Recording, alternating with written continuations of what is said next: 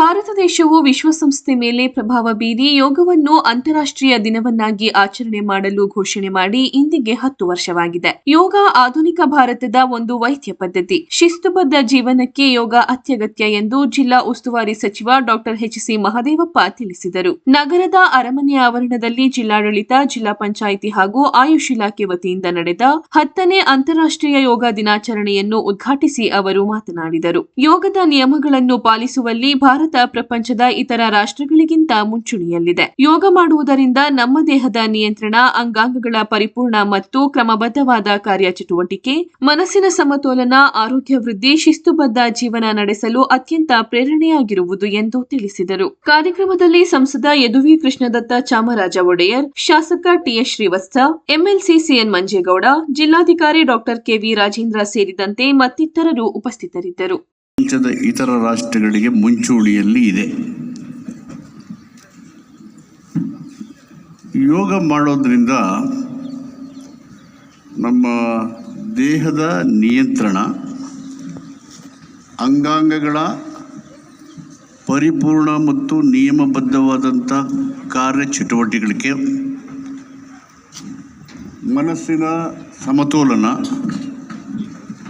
ಮತ್ತು ನಿಯಂತ್ರಣ,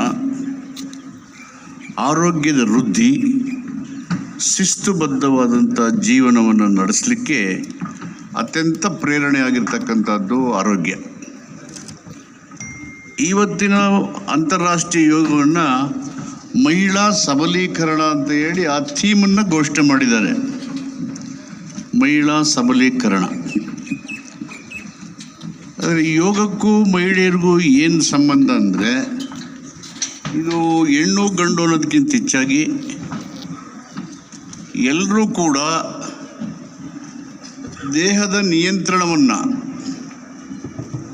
ಮತ್ತು ದೇಹದ ಸಮತೋಲನವನ್ನು, ಮಾನಸಿಕ ನಿಯಂತ್ರಣ ಮತ್ತು ಸಮತೋಲನವನ್ನು ಕಂಡುಕೊಳ್ಳಲಿಕ್ಕೆ ಯೋಗ ಅತ್ಯಂತ ಪರಿಣಾಮಕಾರಿಯಾದಂಥ ಒಂದು ವೈದ್ಯಶಾಸ್ತ್ರ, ವೈಜ್ಞಾನಿಕವಾದಂಥ ವೈದ್ಯಶಾಸ್ತ್ರ.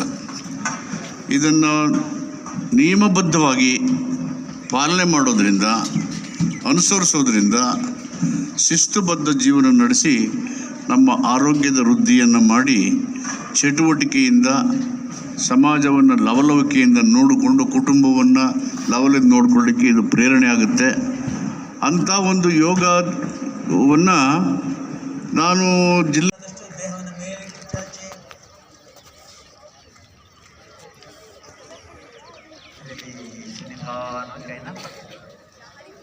ಈಗ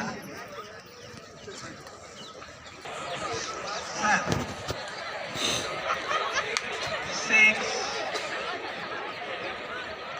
5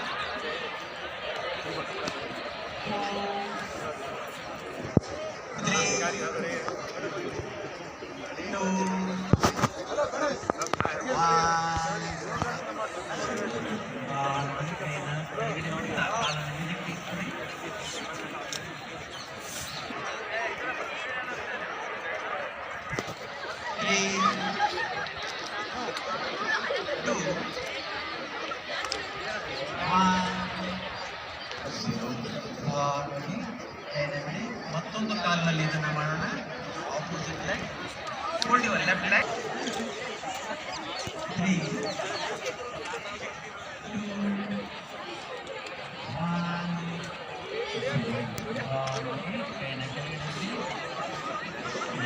ಈಗ ಎಡಗೈಯನ್ನು